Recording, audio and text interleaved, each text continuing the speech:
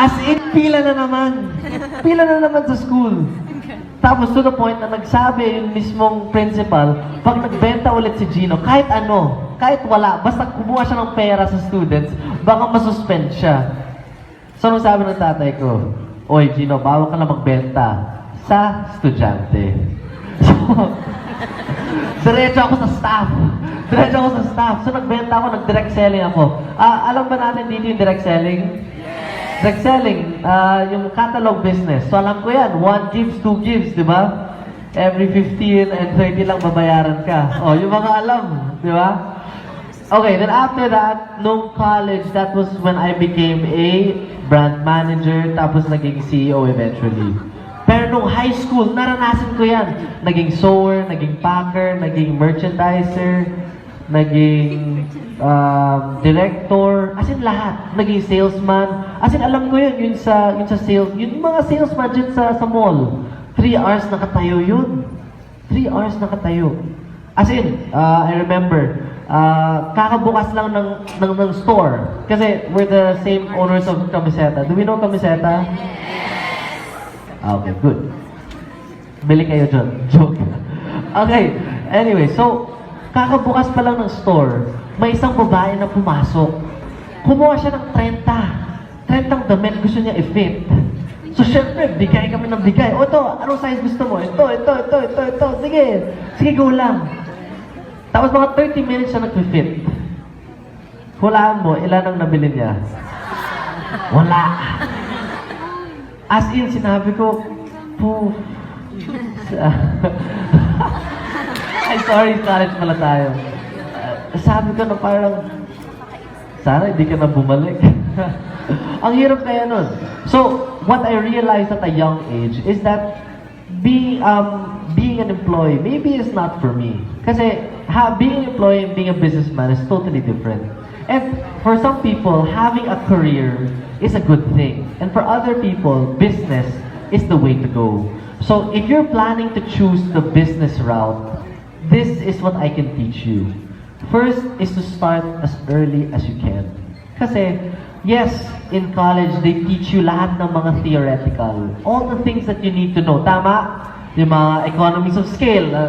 Alam mo na yan? Wala. Sino mga teacher ninyo? Ha? Saan yung mga teachers? No, there's economies of scale. Ano yung profit margins mo, di ba? Tapos may mga case studies, di ba? Yan yung mga ginagawa ninyo, di ba? But what happens outside in the real world is totally different. So, for example, I started at 8, di ba? So, alam ko yun. So, lahat, every year, every time I do business, I grow, I learn something. That experience, yung mga experiences na yun, take me so that I am the person who I am today. So imagine, if I started when I was 15, di ba? I wouldn't be where I am today. I started at 8 eh. So yung mga natunan ko at 8 years old, hindi pa alam yung mga iba na nasa college na. Kasi never sila sumubukan magbenta. Hindi nila alam kung gaano kahirap magbenta. Di ba? Ako, alam ko kasi I was there. Ako mismo ang nagsisales talk dati. So I know where that comes from.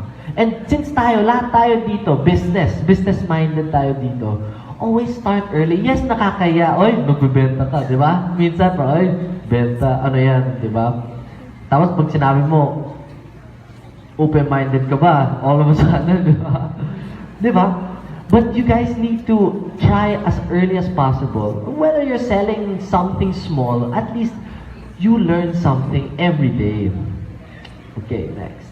Okay, so these are the things that I've done so far. So when I was second year college, I had an idea to bring an event together na student versus student, na MMA fight. First time sa country in the last 20 years. Never been done before. Pero bakit? Kasi you take the risk eh. You have an idea. Basta may idea kayo, and you're 100% sure na kaya natin to. Basta go lang. I mean, hindi naman lahat ng tao positive. May mga tao na close to us na negative. Tama ba? I mean, for people who are starting a business, yung mga magulang nila na hindi negosyante. Anong sinasabi? Ay, ang business, ang hirap nun. Di ba? Ang dami mga negative connotations with that. Di ba? But you use that negative and push it to become positive. Di ba? That's what I want you guys to do. Kasi, ang hirap kasi yung negative connotation na parang, oh, kasi nag-aaral tayo so that we can get a job. And that's fine. But if you want to do a business, you have to start somewhere. It doesn't have to be so big. It can be, you can start small, but eventually grow it bigger. Okay, so we ended up being the largest student MMA bout in the Philippines for 2 consecutive years. Yeah, gano'n. So we were featured in CNN also. Yeah, we're partners with Red Horse, San Miguel, and all of these other brands. Kasi they believed in the idea. Kasi sobrang wild yung idea ko eh. It's never been thought of before. So that's what I want you guys to do. Be different. Be unique. Diba? Why be the same? When everybody's wearing black, you wear orange. Diba? Be different. Tip lang tip from an employer. For example, if you're applying, sang katutak ng mga resumes na binabasa namin. Tama ba? What do we pluck out? For example, there's 200 resumes down there. And I see one na green yung paper. Green! Ang weird, no? Green. We'll pick it. Ano to? Diba? Be different. Don't be like everybody else. Tama ba? Diba? I see the mga resumes. It's the same, it's the same, it's the same. So, if you're reading it, parang, okay. But you make it different. You make it spontaneous. You make it creative. Diba? That's what sets you different from everybody else. Okay, so we also had a dance championship sa mismong Davao. Yes. Okay. And we also had the Forza Obstacle Run, which is the biggest local obstacle run dito sa Pilipinas. So, what can I say about that? So we also work with charities, with Bantay Bata, and we also give back to the mga schools. Okay, alright. Well, we also have Forza Apparels. We also have Forza Supplements. We also have other brands like Camiseta, Vanilla, Camiseta Hotel, Camiseta Skin. Yung mga ganon. So, ang dami namin mga negosyo. So, what can I give advice to each and every one of you here? Kasi lahat naman tayo, we grew up differently. But what I can suggest you do, syempre, well, first, pick a choice. Kasi we're all here in this world to create our own path. Tama ba? We're all here to create our own path. Is it career? Is it business? The thing with career, okay siya. Stable, steady. Diba? Pero kapag negosyante ka, hawak mo yung oras mo. Diba? And once mahirap siya at the start, pero hawak mo yung oras mo. Imagine, I'm handling all of these things, tapos sumali pa ako sa PBB. Diba? Ano? Boy guys, business talk to ha? Baka naging kwento session. Okay. Diba? You're out here to find your own path. Okay, so I want to talk about the business cycle. Kasi people always say na porket may negosyo ka, ay mayaman ka na, may negosyo ka na. Siyempre hindi. In the business, any kind of business, whether it's Facebook, Google, or Camiseta, Forza, it passes through the business cycle. There are ups and there are downs. Tama? Just like in life. It's what you do when you're down. Kasi syempre, kung nasa taas kayo, everything is good.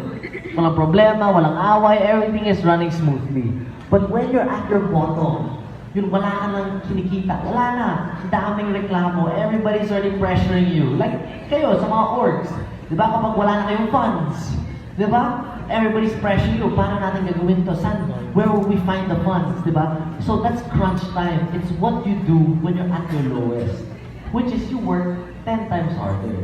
Like an example, yun sa Forza Obstacle Run na yan, yung very first obstacle run, naging success, di ba? Hindi alam ng tao na hindi ako umuwi ng 3 days. Andun ako mismo sa site. Hindi na ako naligo or whatever. As in, andun na ako sa site.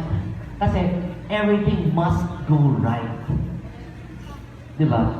You work 10 times harder. Siyempre, if you're only going to work 8 hours, then yung kalaban mo will also work 8 hours. Okay, patas kayo. But if I work, what? So what's 3 days? 24, 24, 24. 2, 4, 6, 7. 7, 2? I don't know, whatever. Hindi ako magaling sa math. Okay, so whatever the hours is, imagine versus 8 hours. So how can the competitors be better than me when I am working more hours in a day? Times how many years? Diba? Nag-start na ako ng maaga, I'm working 10 times harder pa than you. How can you beat me? How?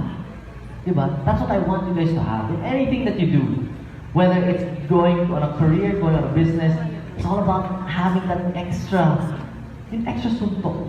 Yun ano, parang anything just to make it a success. Next. Okay, so be prepared to do everything yourself. So yung mga tao dito na gusto mag-start, who wants to put up their own business, you have to be prepared to do everything yourself. Kasi wala kang tao under you. Kakayod ka talaga.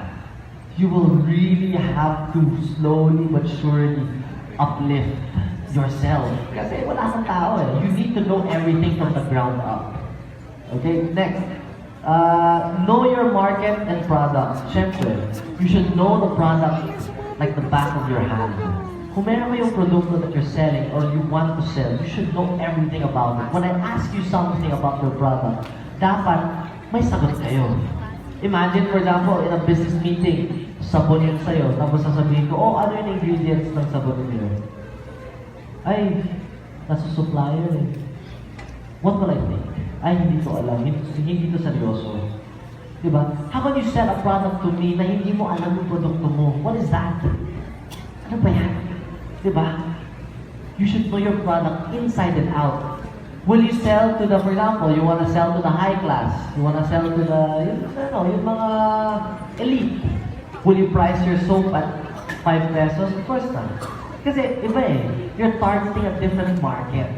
So, know your market, know your product, know your price. Kasi, all of that will count to sales. Kasi, in the end of the day, it's all about sales. Whether we make money or we lose money. Diba? Everything you do in between doesn't matter. Diba? Nobody knows that I stayed in the event for 3 days because of setting up. Nobody knows that. Anong alam nila? Na, oy, 1,500 people came. Oy, 3,000 people went to this event. That's all they see. Hindi nila nakikita to. Yung kayod sa likod. Which is what I want you guys to learn. Diba? Diba? Siyempre, I'm sure kung nanonood kayo ng PBB, you guys kind of know how I think, diba? Medyo planado lahat. Kasi siyempre, we're trying to excel, diba?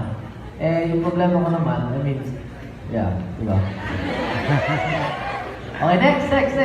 Okay, so main rules in business. Actually, there's only 2 main rules in business. Number 1, the customer is always right. Number 2, if the customer is not right, please refer to rule number 1. Kasi the customer is always right. Diba? Your customer is never satisfied. All the customers, ay, ganito, improve mo to, bagal ninyo, bagal ng shipping, ganito. You can't, they are always right. Look at Amazon. Diba? Look at Amazon. They started out with what? Selling books online. Ngayon, kahit ano, they're selling kahit ano. Tapos they have their own shipping company that sends it via drone. Diba? They started out with 1 week shipping, then 5 days, then 3 days, then 2 days. And ngayon, I think there's 2 hours shipping from Amazon kung nasa States ka. Never settle. Because your customer is always right. Diba? So always remember that. Okay, so what to look for when you're starting? Siyempre, always look at your product. What are you selling? What are you selling? Sino dito yung business course? Business course. Okay, ayan, ikaw miss. Ikaw. Hi po. Ano yung pangalan mo? Blessa. Oh, kumusta ka? Okay ka ba? Okay, kung magsisimula ka ng isang business, isang negosyo, ano ang bibenta mo? Baby food. Bakit? Food. Bakit?